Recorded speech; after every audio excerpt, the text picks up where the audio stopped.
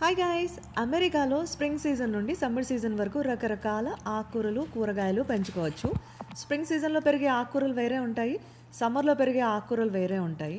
నా బ్యాక్‌యార్డ్‌లో కూడా నేను కొన్ని రకాల ఆకుకూరలైతే పెంచుకోవడం జరిగింది.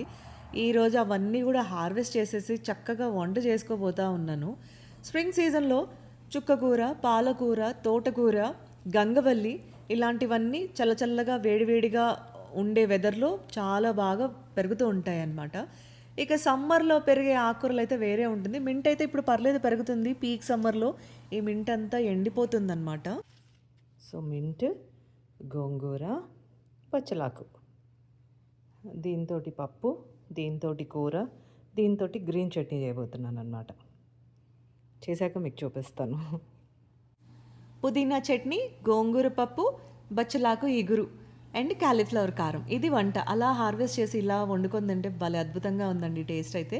మరి నా వీడియో నచ్చినట్లయితే లైక్ చేసి ఎంకరేజ్ చేయండి. మోర్ వీడియోస్ కోసం మన ఛానల్ని సబ్స్క్రైబ్ చేసుకోవడం మర్చిపోకండి. Thank you for